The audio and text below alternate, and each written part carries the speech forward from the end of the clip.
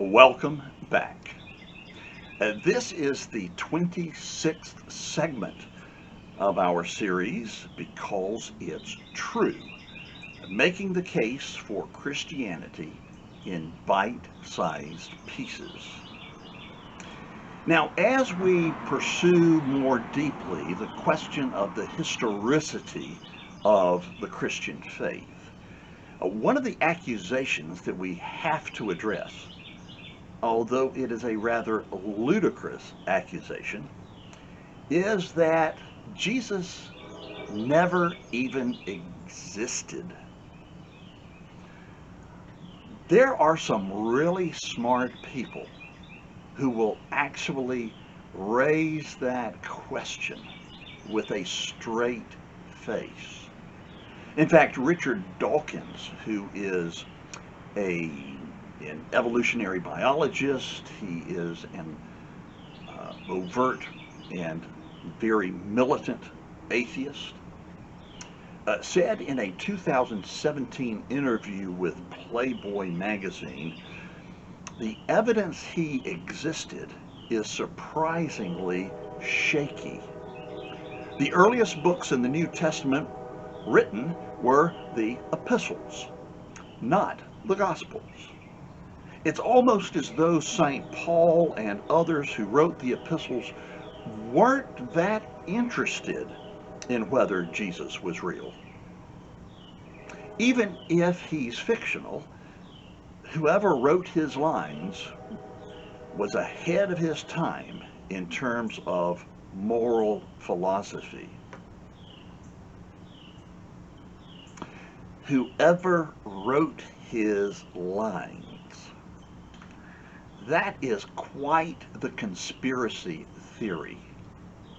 Dawson is suggesting that men of the first century may have created a fictional character, named him Jesus, wrote amazing lines for him to say, and then proceeded to die horrible, violent deaths rather than recant their fiction.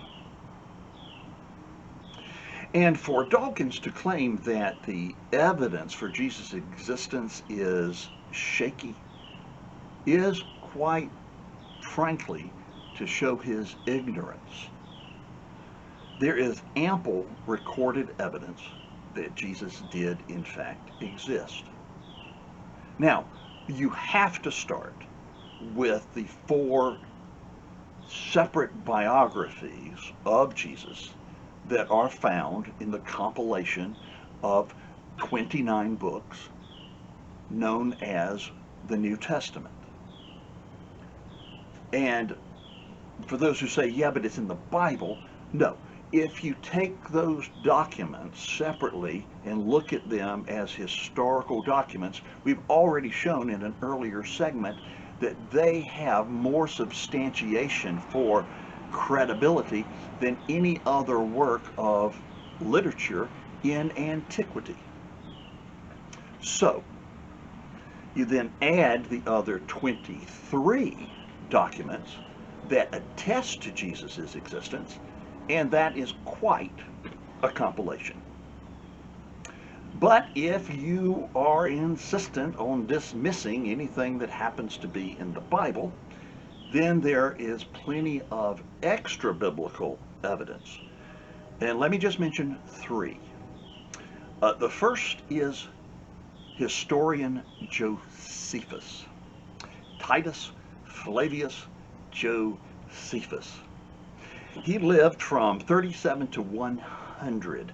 He was a first century Romano-Jewish historian who recorded Jewish history and specialized in the first century life of the Jews. Now, he did not believe that Jesus was the Son of God.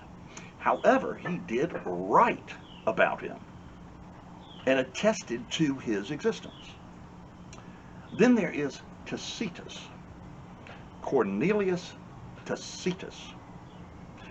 He was another Roman historian who lived from 55 to 120.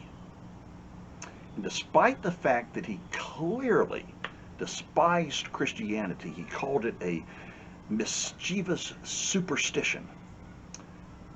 Tacitus not only affirms the existence of Jesus and his crucifixion, he also states that it was Pontius Pilate who was the procurator and who oversaw the crucifixion.